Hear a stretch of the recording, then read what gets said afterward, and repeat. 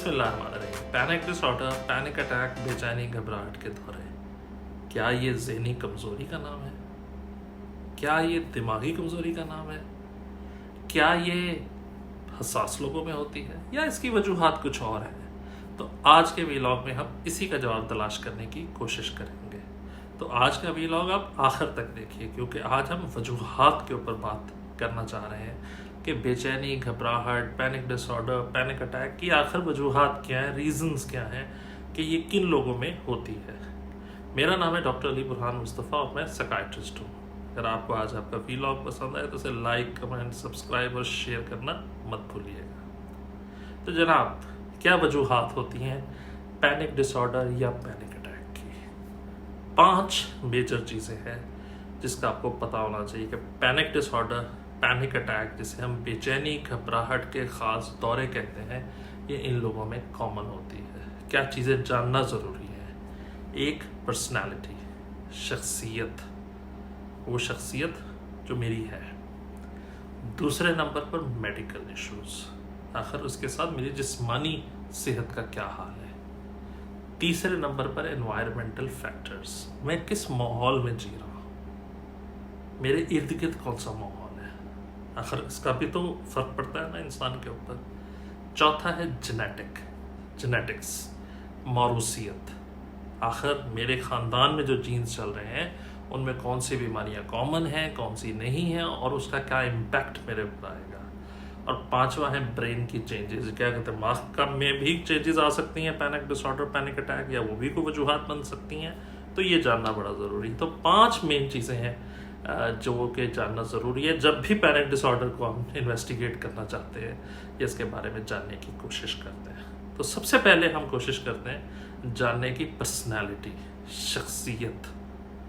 शख्सियत के बारे में बात करने से पहले मैं ज़रूर आपसे ये कहना चाहूँगा कि आप जानें कि पर्सनैलिटी डजंट मीन, इसका ये मतलब नहीं है कि कोई डिसऑर्डर है। हर इंसान की कोई ना कोई शख्सियत होती है और वो कुछ अच्छे, कुछ स्ट्रेंथ्स, कुछ वीकनेसेस के साथ मिला के ताकतों और कमज़ोरियों का एक मुरब्बा सा बना होता है, मुरक्कबा होता है, जिससे वो एक पर्सनैलिटी बनती है। और ये एक दिन में नहीं बनती है, ये बचपन से बनना शुरू होती है। और इसका सही जो इजहार है वो एडोलेसेंस में, एडल्टहुड में, लेट एजेस में सामने आना शुरू हो जाता है। तो ये आप ज़रूर याद रखें कि पर्सनैलिटी, जिसे हम शख्सियत कहते हैं, इसका जानना बहुत ज़रूरी है। इसकी रीज़न्स क्या हैं, ताकि मुझे पता लगे कि मेरे अंदर क्या ताकतें हैं और क्या कमज़ोरियाँ हैं। अगर ये मुझे जान पाऊँगा, अपनी ज़ात का इदराक कर पाऊँगा, अपनी पर्सनालिटी को जान पाऊँगा, तभी तो मैं काम कर सकूँगा ना अपनी ज़ात के ऊपर और अपने आप को बेहतर कर सकूँगा। तो इसको जानना चाहिए और ये मेरा ख्याल है हर इंसान को इस पर काम करना चाहिए। अब पर्सनालिटी क्या होती है? ये एक पर्सोना होता है, एक मास्क होता है, एक परताव होता है, एक मखौटा होता है जो इंसान ने लगाया होता है। और ये बचपन से वो सीखता है, उठना, बैठना, चलना, जिसे हम ग्रूमिंग का नाम देते हैं। अब ये पर्सनालिटी कितने टाइप्स की होती है? तो साइंटिफिकली बात कर रहा हूँ, साइकोलॉजिकली बात कर रहा हूँ, 3 में इसको हम तकसीम करते हैं, क्लस्टर ए, क्लस्टर बी और क्लस्टर सी। क्लस्टर सी में 2 चीज़ों का मैं ख़ास तौर पर जिक्र करूँगा। एक होती है एंग्शियस डिपेंडेंट पर्सनालिटी और दूसरी होती है ऑब्सेस्ड पर्सनालिटी। अब ये बड़े मुश्किल से नाम है कि एंग्शियस पर्सनालिटी क्या होती है और ऑब्सेस्ड पर्सनालिटी क्या होती है। तो इसको यूँ समझ लें कि ये वो लोग हैं एंग्शियस, जो हसास लोग होते हैं। इनकी ताकत है, ये कमज़ोरी नहीं है, ये ताकत है। ये सेंसिटिव लोग होते हैं, हसास लोग होते हैं, कॉम्पिटिटर्स होते हैं, आगे निकलने की इन्हें ख्वाहिश होती है, ये मुकाबला करना चाहते हैं दुनिया में। ये उनकी अच्छी चीज़ें हैं जो पता होनी चाहिए। लेकिन एक डिफेंस है जो इनको तंग करता है, जिसकी वजह से ये पैनिक अटैक्स में बड़े कॉमन होते हैं, और वो है अवॉइडेंस, एस्केप फिनोमेना। यानी ये कहीं फड्डा हो तो रहने दो, अवॉइड करना सीख जाते हैं। क्लास में बैठेंगे तो पीछे जाके बैठेंगे, लोगों में बैठेंगे, कोशिश करेंगे इस सिचुएशन को अवॉइड करने की।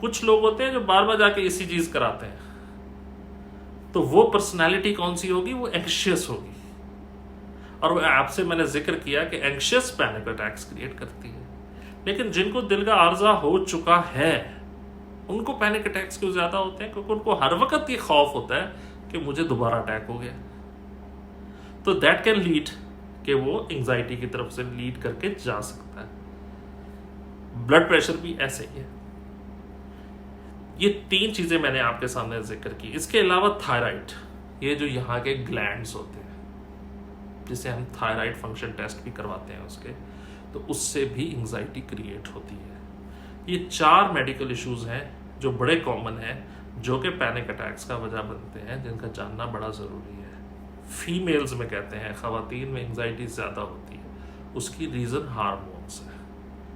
ये जुमला बिल्कुल गलत है कि औरतें दिल की कमज़ोर होती हैं, कतन ऐसा नहीं है। सिर्फ फ़र्क ये है कि मर्द के हार्मोन्स का सिस्टम और ख़वातीन के हार्मोन्स के सिस्टम में फ़र्क है, इसलिए तो वो खातून है कि उसमें हार्मोन्स आ रहे हैं। तो उसका सबसे इंपॉर्टेंट ताल्लुक है पीरियड्स के साथ। पीरियड्स की फ्लक्चुएशन जब भी होगी, जो महीने के खास अयाम होते हैं, उनमें पैनिक अटैक्स हो सकते हैं।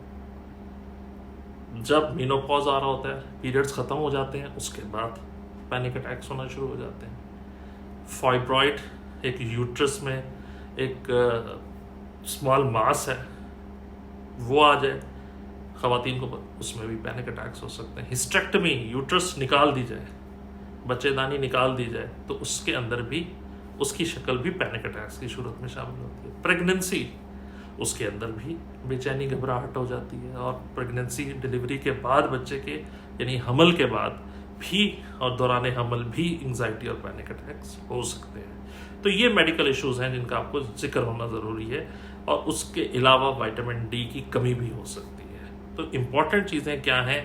शुगर, ब्लड प्रेशर, दिल का आर्जा, थायराइड, विटामिन डी, और ख़वातीन में ज़्यादा होने की वजह हार्मोन्स है। हार्मोन्स में क्या चीज़ें देखनी होती हैं कि पीरियड्स कैसे हैं, पीरियड्स बंद तो नहीं हो गए जिसे मेनोपॉज कहते हैं, बच्चेदानी रिमूव तो नहीं हो गई, उसकी वजह से हो सकते हैं, बच्चेदानी में कोई ट्यूमर तो नहीं है, कोई फाइब्रॉइड तो नहीं है, कोई मास तो नहीं है, उसकी वजह से हो सकते हैं। तो ये वो वजूहात हैं जिनकी वजह से पैनिक अटैक। तो आज हमने कोशिश की है पर्सनैलिटी और मेडिकल इश्यूज को डिस्कस करने की। अगले वीलॉग में हम बाकी 3 चीज़ों के ऊपर भी जिक्र करेंगे, ज़रूर देखिए। और आज का वीलॉग ज़रूर इसे लाइक करें, कमेंट करें, सब्सक्राइब करें, शेयर अगर आपको अच्छा लगा है तो, और अपना फीडबैक ज़रूर दें।